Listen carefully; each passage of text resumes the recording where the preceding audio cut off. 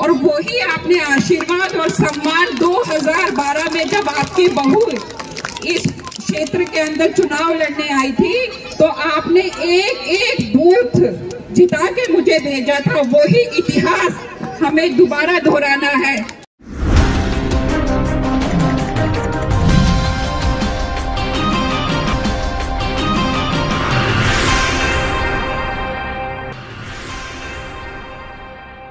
वजीरपुर विधानसभा से भारतीय जनता पार्टी की प्रत्याशी पूनम शर्मा के समर्थन में कल वजीरपुर इंडस्ट्रियल एरिया के श्रीराम चौक पर अनुसूचित जाति स्वाभिमान सम्मेलन का आयोजन किया गया, जिसमें सैकड़ों की संख्या में भाजपा कार्यकर्ताओं एवं समर्थकों ने भाग लेकर पूनम शर्मा को विजयश्री का आशीर्वाद दिया।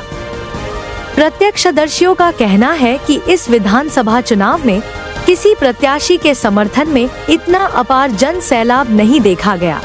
भाजपा प्रत्याशी पूनम शर्मा ने विधानसभा की बहू होने के नाते न केवल अपने लिए वोट मांगे बल्कि विजयश्री का आशीर्वाद भी मांगा। अरे एक बात बताओ भाई, घर की बहू मंच पे आ गई और आप लोगों की आवाज नहीं निकल रही है। जय श्री राम। एक छोटी सी बात दोहराना चाहती हूँ। 2007 में जब मेरे पापा ने चुनाव लड़ा था तो सबने कहा था कि झुग्गी वाले नेता हैं, कहा था ना सबने। अशोक विहार में चुनाव के लिए वोटिंग मांगने गए तो अरे बोले ये तो झुग्गी वाले हैं, झुग्गी से उठ के आए हैं, झुग्गी के नेता हैं। तो भाई जब तुम्हारा झुग्गी का नेता जब अशोक विहार में वोट मांगने गए थे ना तो वहां से वोट नहीं मिले थे, वोट मिले थे यहाँ से। हर एक पोलिंग बूथ सुरेश भारद्वाज यहाँ से जीत के निकले थे और वही आपने आशीर्वाद और सम्मान 2012 में जब आपकी बहू इस क्षेत्र के अंदर चुनाव लड़ने आई थी तो आपने एक एक बूथ जिता के मुझे भेजा था। वही इतिहास हमें दोबारा दोहराना है।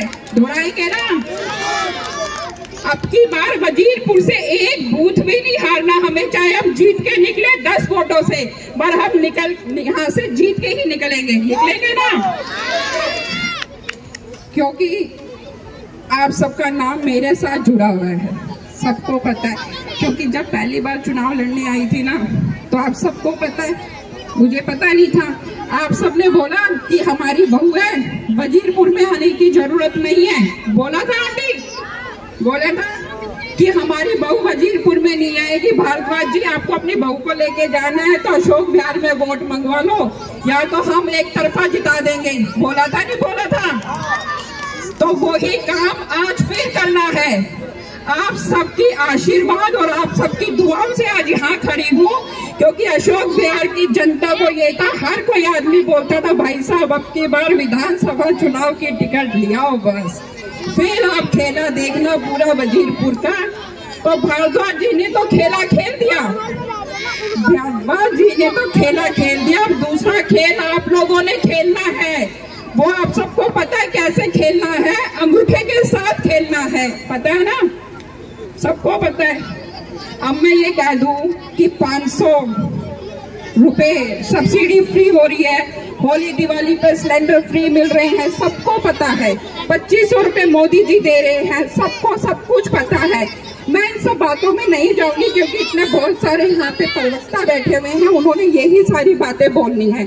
मैं आप सबसे अपने दिल की बात कहने आई हूँ आज कि आपकी बहू आपकी बेटी यहाँ पे है और आप सबके घर की इज्जत है। अब इस इज्जत को आपने अपने सिर पे उठा के चलना है। हर एक झुग्गी के एक एक घर में आपने जाना है और आपने वोट मांगनी है कि हमारी बहू को अब की बार जिता के लाना है वजीरपुर।